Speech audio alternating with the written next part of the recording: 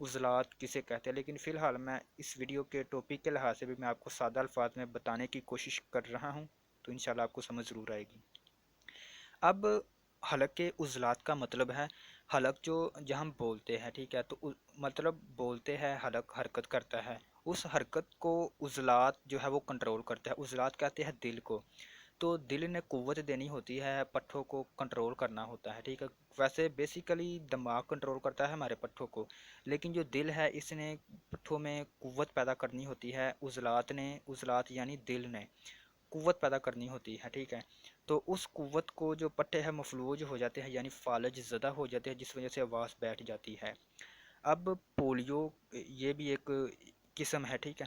چھوٹے بچوں میں عموماً 3 سال کی عمر کے بچوں میں حرامکس کے کسی حصے میں سختی آ جانے کے سبب یہ مرض لاحق ہو جاتا ہے۔ سن ہونا، ٹھیک ہے، خدر یعنی سن ہونا، قدر میں جسم کا کوئی حصہ سن ہو جاتا ہے اور اس حصہ میں قوت حس باقی نہیں رہتی۔ اب میں نے پہلے بھی عرض کی ہے کہ فالج زدہ مقام پر یا تو انسان حرکت نہیں کرے گا، اگر حرکت کرے گا تو وہ حصہ سن ہوگا۔ مثلا اگر بعض کا دیکھنے میں آیا ہے کہ اگر ہاتھوں سے فالج زدہ مریض حرکت کر رہا ہے تو ضروری نہیں کہ اس کے حرکت کرنے کے پیچھے اس کی حص باقی رہے، یعنی حرکت تو وہ کر رہا ہے لیکن اس کی حص نہیں ہوگی۔ حص سے مراد میں نے آپ کو پہلے بھی ایک مثال دی ہے کہ اگر انسان کے ہاتھ پر کوئی چیز بیٹھی ہے، کوئی بھی چونٹی آ گئی ہے، چونٹی کاٹی ہے کسی انسان نے، تو فوراً اس کو محسوس نہیں ہوگا کیونکہ اس کا حصہ فالج زدہ ہے، ٹھیک ہے، ہاتھ، یہ ہے اصل۔ اس کے بعد ہے لرزنے والا فالج، لرزنے یالی جسے پنجابی میں کہتے ہیں یار کب کب کب ہی لگی یار، کمبنی لگی ہے، ٹھیک ہے، یہ دراصل لرزنے والا فالج یہ ہے۔ اس قسم کے فالج میں عضو کانپتا اور لرزتا ہے، ٹھیک ہے، جو میں نے پہلے بتا دیا ہے ابھی۔ اس کے بعد ہے محرو کا فالج، محرو کا فالج، ٹھیک ہے۔ اس قسم کے فالج سے متواتر لکھنے والی انگلیاں اور ہاتھوں سے کام کرنے والے لوگ متاثر ہوتے ہیں۔ اب اس کا مقصد یہ ہے، بتانے کا مقصد یہ ہے کہ اس میں ہاتھ اور ہاتھوں کی انگلیاں متاثر ہوتی ہیں، فالج کے زمرے میں آتی ہیں۔ اس کے بعد ہے رساسی فالج، ٹھیک ہے۔ بس تقریباً تھوڑی سی اقسام ہے، اس کے بعد انشاءاللہ میں آپ کو فالج کے بنیادی سبب، وجہ کون سی ہے اور اس کے بعد تشخیص بتاؤں گا۔ فی الحال آپ تو اقسام کو اگر سن لیں کہ تو انشاءاللہ آپ کو مزید جو ہے وہ بہت زیادہ علم مل جائے گا، کیونکہ جو ہمارے سبسکرائبر ہے ان کی ڈیمانڈ تھی کہ اگر آپ ویڈیو کو تفصیل سے بنائیں گے تو انشاءاللہ ہمیں سمجھ بھی آئے گی۔ اگر ہم خود چھوٹی ویڈیو بنائیں گے تو اس میں آدھا ٹاپک جو ہے وہ کلیئر ہوگا لیکن آدھا نہیں ہوگا۔ اگر ہم دوسری ویڈیو میں اس کو کلیئر کر دیں گے تو دیکھنے والے کو پھر پوری طرح تسلی سے سمجھ نہیں آئے گی، کیونکہ وہ علیحدہ علیحدہ حصوں میں بٹ جائے گی، ٹھیک ہے۔ اب رساسی فالج کیوں سا ہے؟ جو لوگ سیسا کی دھات کا کام کرتے ہیں، سیسا اب کیا چیز ہے، ٹھیک ہے، جس طرح آئرن ٹھیک ہے، آئرن کہتے ہیں لوہے کو اور دھات کہتے ہیں لوہے کو، مطلب آئرن نام ہے لوہے کا، آئرن کیا چیز ہے اور اسٹیل کیا چیز ہے، اسی طرح دھات کہتے ہیں لوہے کو، لیکن سیسا اس دھات کی قسم ہے، ٹھیک ہے، جیسے آئرن اسٹیل قسم ہے اسی طرح سیسا قسم ہے لوہے کی، ٹھیک ہے۔ یعنی سیسا کے برتن بناتے ہیں اور ان کو استعمال کرتے ہیں، تو ان میں سیسا کے زہر کی وجہ سے عضلات و اعصاب متاثر ہوتے ہیں، جس سے عموماً فالج ہو جاتے ہیں۔ عضلات اعصاب یعنی جس پٹھے، وہی کہہ رہا ہوں میں کہ عضلات یعنی پٹھے متاثر ہوتے ہیں، دل متاثر ہوتا ہے، دل حرکت کرنے والے پٹھے متاثر ہوتے ہیں، ٹھیک ہے۔ اس کے بعد ہے دوہرا فالج۔ اس قسم کے فالج میں کبھی دونوں بازو اور کبھی دونوں ٹانگیں مفلوج یعنی فالج ہو جاتا ہے ان میں، یا بیکار ہو جاتی ہے، حرکت بالکل نہیں ہوتی، ٹھیک ہے۔ اس کے بعد ہوتا ہے جزوی فالج۔ اگر ایک بازو اور ایک ٹانگ بیکار ہو جائے تو اسے جزوی فالج کہوں گے، یعنی اگر ایک ٹانگ یا ایک بازو دونوں میں سے ایک وقت میں ایک اگر ہو، ٹھیک ہے، یعنی اگر بازو ہوا ہے فالج زدہ تو ٹانگ نہیں ہوگی، اگر ٹانگ ہے تو بازو نہیں ہوگی، تو اس کو جزوی فالج کہتے ہیں، ٹھیک ہے۔ اب فالج کے بنیادی سبب کون سے ہیں، ٹھیک ہے۔ سب سے پہلے میں آپ کو تھوڑا سا مرض اس کی اسباب بتا دوں۔ ہر مرض کے چند اسباب ضرور ہوتے ہیں، کیونکہ اگر کسی کو بخار ہوا ہے تو میں آپ کو مثال دے رہا ہوں، اگر کسی کو بخار ہوا ہے تو ظاہری بات ہے اس کے پیچھے ٹھوس وجہ ہوگی۔ اب یہ نہیں کہ اس نے مطلب سکون سے بیٹھا ہوا ہے، لیٹا ہوا تو اس کو بخار ہو گیا ہے، اٹ از ناٹ پاسبل، یہ نہیں ہو سکتا، کیونکہ بخار کے ہونے کے پیچھے یا تو اس نے کام کی زیادتی کی ہے، یا تو اس نے کوئی ایسی چیز کھا لی ہے ایسی چیز سے مراد کہ اگر اس کے جسم میں خشکی تھی، اس نے خشکی والی چیزیں زیادہ کھا لی ہے، جس کی وجہ سے کنٹرول ناممکن ہو گیا ہے، تحریک پیدا ہوئی ہے، تحریک کی وجہ سے حرارت اس کے جسم میں زیادہ ہوئی ہے، جو کہ بخار کی صورت میں واضح علامات کی صورت میں سامنے آ گئی ہے، ٹھیک ہے؟ مطلب ہر مرض کی لازمی طور پر کوئی نہ کوئی سبب ہوگا، ٹھیک ہے؟ اسی طرح ہر مرض کے چند اسباب ضرور ہوتے ہیں، جس سے نہ صرف تشخیص آسان ہوتی ہے بلکہ اس کی دوا کی تلاش بھی ممکن ہو جاتی ہے۔ اگر آپ کو مرض کی جو تشخیص ہے، مرض کی وجہ پتہ چل جائے تو انشاءاللہ اس کے علاج کرنے میں بالکل ٹائم نہیں لگتا، بالکل مشکل نہیں رہتی، علاج کرنا مشکل نہیں ہے جتنی اس کی تشخیص کرنا، اس کا مرض کی جو وجہ ہے اس کو ڈھونڈنا مشکل ہے۔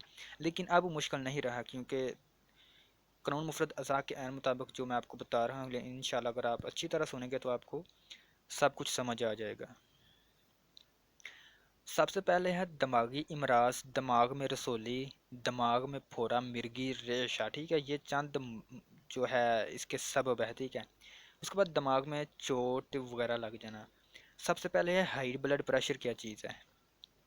ہائی بلڈ پریشر کو خاموش قاتل بھی کہا جاتا ہے، کیونکہ خون کا دباؤ، یعنی دباؤ سے مراد ہے پریشر، ٹھیک ہے؟ پریشر زیادہ رہنے کی وجہ سے یا بہت زیادہ ہونے کی وجہ سے دماغ کی شریان پھٹ جاتی ہے، جس کی وجہ سے بعض اوقات فالج الحق ہو کر موت بھی واقع ہو۔ اکثر آپ نے سنا ہوگا کہ یار اس کے دماغ کی جو شریان ہے وہ پھٹ گئی ہے، اس طرح کے لفظ اکثر سننے میں آتے ہیں، ٹھیک ہے، معاشرے میں۔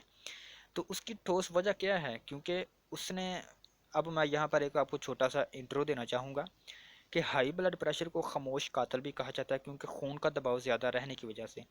اب بہت سے لوگوں کو فالج تو ہوتا ہے، تو لوگ جو معالجین ہوتے ہیں وہ کیا کرتے ہیں کہ ان کو کبوتر کا گوشت وغیرہ یعنی گرم چیزیں دیتے ہیں تاکہ ان کا فالج ختم ہو جائے، حالانکہ ان کا بلڈ پریشر پہلے ہی ہائی ہے، تقریباً 200 تک پہنچ چکا ہے، خون کا دباؤ بہت زیادہ ہے، دماغ کی نس پھٹنے کا خدشہ ہے، لیکن پھر بھی ان کو گرم چیزیں، جو کہ بالکل قانون فطرت کے جو بالکل خلاف ہے، ٹھیک ہے، وہاں پر جہاں پر ہائی بلڈ پریشر ہوگا کوئی نہ کوئی ٹھنڈی چیز استعمال کرائی جائے گی، ٹھیک ہے۔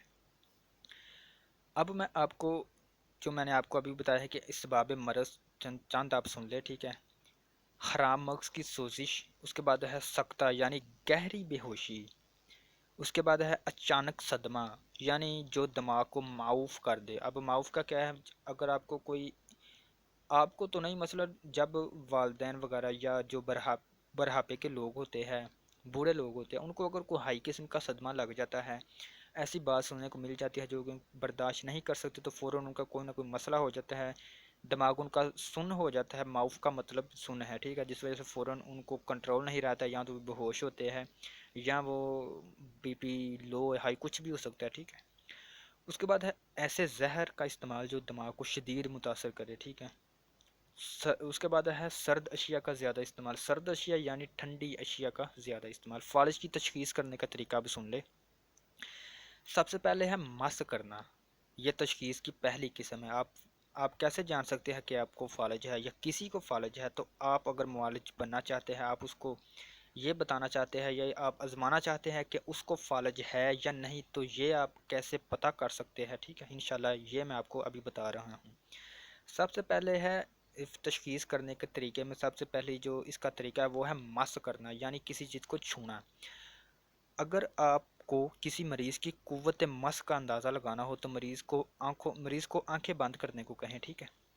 اس کے بعد مریض کے کسی جسم کے حصے کو، جو متاثر حصہ ہے، اس پر روئی کا ٹکڑا مس کرے، ٹھیک ہے؟ اور کچھ دیر تک لگائے رکھے۔ اس کے بعد مریض سے معلوم کرے کہ اسے کسی چیز کے مس ہونے کا احساس ہوا ہے۔ اگر مریض کا وہ حصہ جہاں پر آپ نے روئی کا ٹکڑا لگایا ہوا ہے تندرست ہے، تو مریض کسی چیز کی مس ہونے کا احساس کرے گا، ٹھیک ہے؟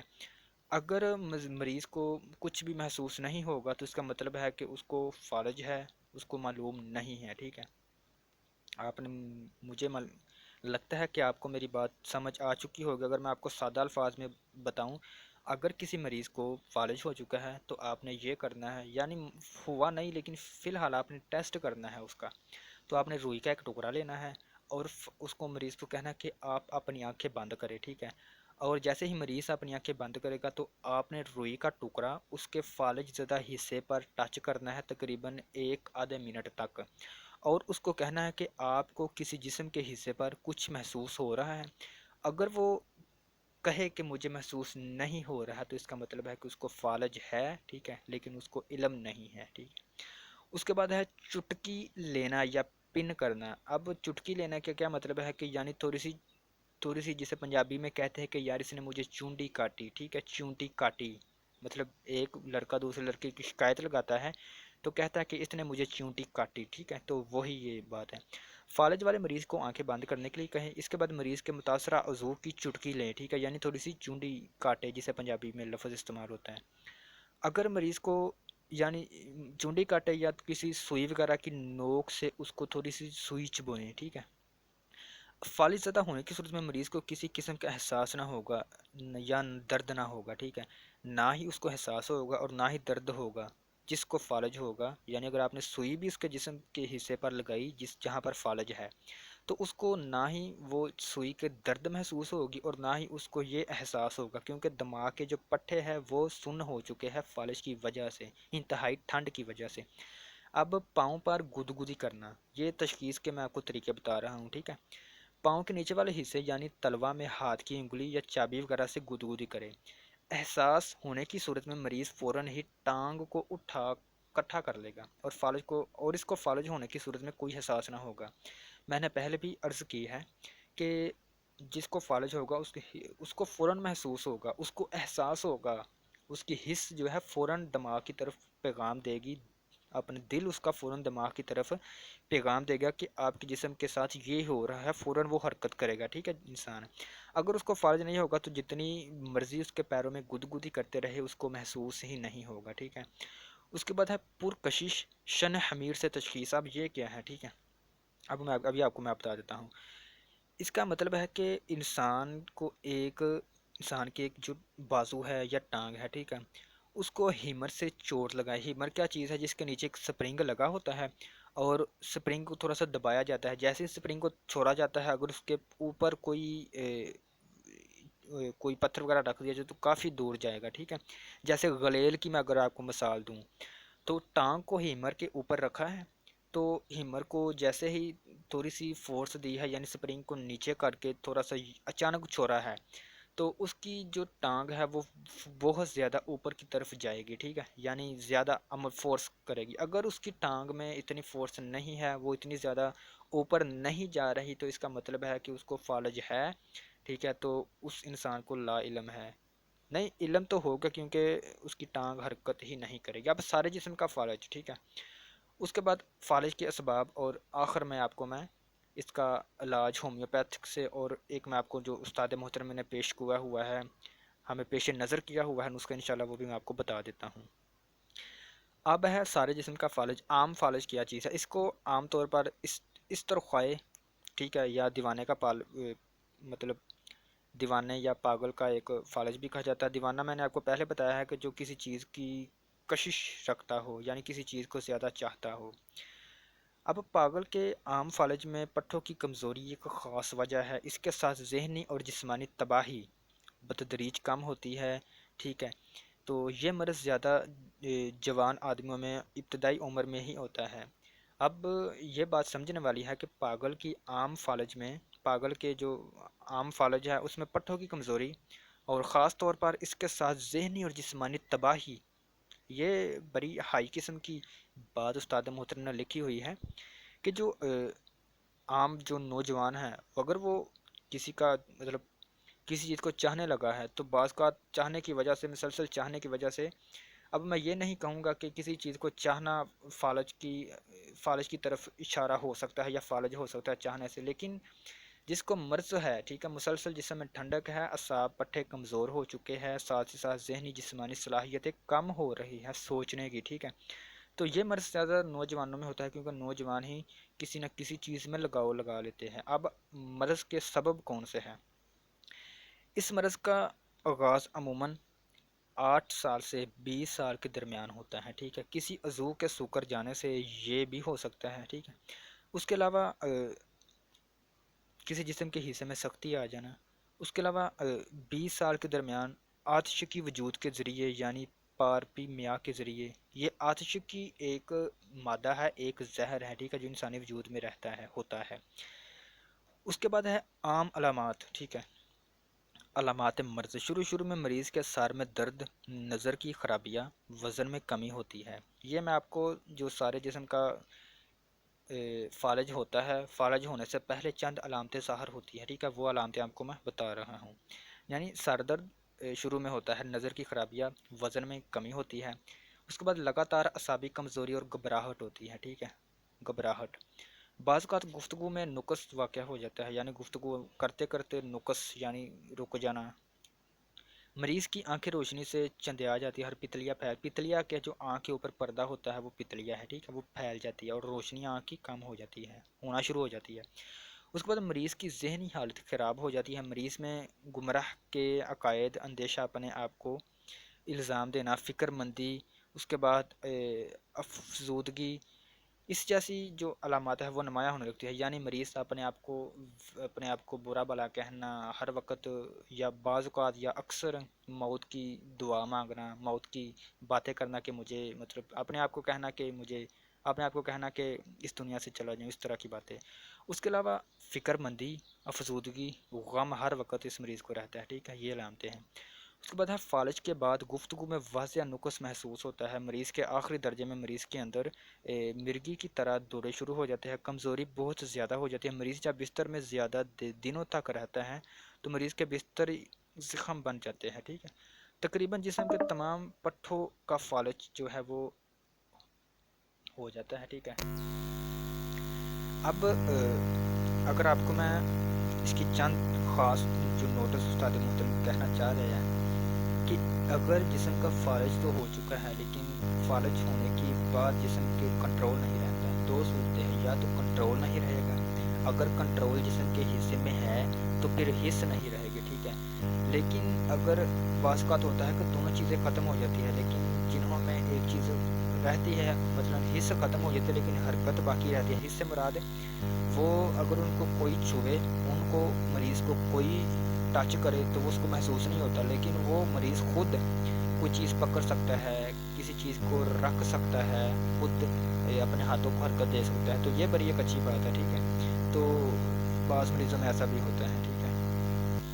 اب میں آپ کو ہومیوپیتھ کا چند علاج بتاؤں گا، اس کے بعد انشاءاللہ میں ویڈیو کا اختتام، لیکن اس سے پہلے میں آپ کو ایک جو استاد محترم کا نسخہ ہے جنہوں نے اپنی عطائے نوازش کی ہے، انشاءاللہ وہ بھی میں آپ کو بتا دیتا ہوں۔ سب سے پہلے ہے